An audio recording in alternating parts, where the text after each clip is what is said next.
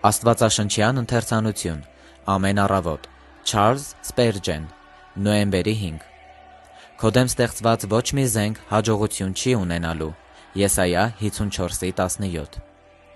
Այս ամսաթիվն անգլիական պատմության մեջ նշանավոր է նրանով, որ այսօրը մենք 2 անգամ Աստծուց փրկություն ենք ստացել։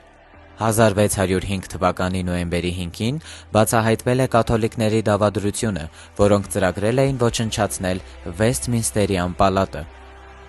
Թշնամի դժոխքը կրակի միջից մտահղացավ, բայց Տերը, պահպանելով մեր խորհրդարանը, լույսով նկուղները մութ լուսավորեց և դավադրությունը չար բացահայտեց։ Այսօրը նաև Վիլհելմ III Թորբեի մոտ զորքով ափ իջնելու տարելիցն է, ինչը հանգեցրեց, որ կաթոլիկները կորցնեն Անգլիայում գերիշխող դիրքի վերաբերյալ հույսերը ու 1688 թվականին կրոնական ազատություն հաստատվի։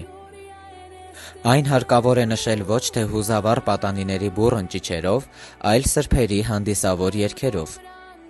Մեր պուրիտանական նախահայրերն այսօրն օգտագործում էին որպես Աստծուն փառաբանելու առիթ։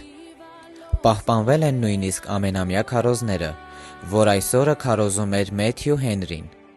Մեր քրիստոնեական զգացմունքների և ազատության հանդեպ մեր սիրո պատճառով մենք պարտավոր ենք սրբազան երախտագիտություն տածել այս ամսաթվի հանդեպ։ Թող մեր սրտերն ու շուրթերը հռչակեն, մենք լսել և իմացել ենք, և հայրերը պատմել են մեզ հրաշքների մասին, որ դու կատարել ես իրենց ժամանակներում և հնում։ Դու այս երկիրը դարձրել ես ավետարանի օրորոցը, իսկ երբ դրա վրա թափվել են թշնամական հրոսակները, դու պաշտպանել ես այն։ Օգնիր մեզ անդադար փառաբանել քեզ, մեզ բազմիցս փրկելու համար։ Մեզ անդադար աջողատելություն տուր հակաքրիստոսի հանդեպ և արագացրու նրա կատարյալ ոչնչացման օրվա մոտենալը։ Մինչև այդ ժամը մենք հավատալու ենք խոստմանը,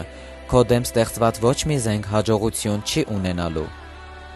Հիսուս Քրիստոսի ավետարանը սիրող յուրաքանչյուրի սրտին դիր, որ նա աղոթի կեղծ ուսմունքների հերքման համար, աստվածային ճշմարտության իշխանության և հաղթանակի համար։ Օգտակար կլիներ քննել սեփական սրտերը և դեն նետել այնտեղից ինքնագոհության և ինքնաարդարության պապական հնոտիքը։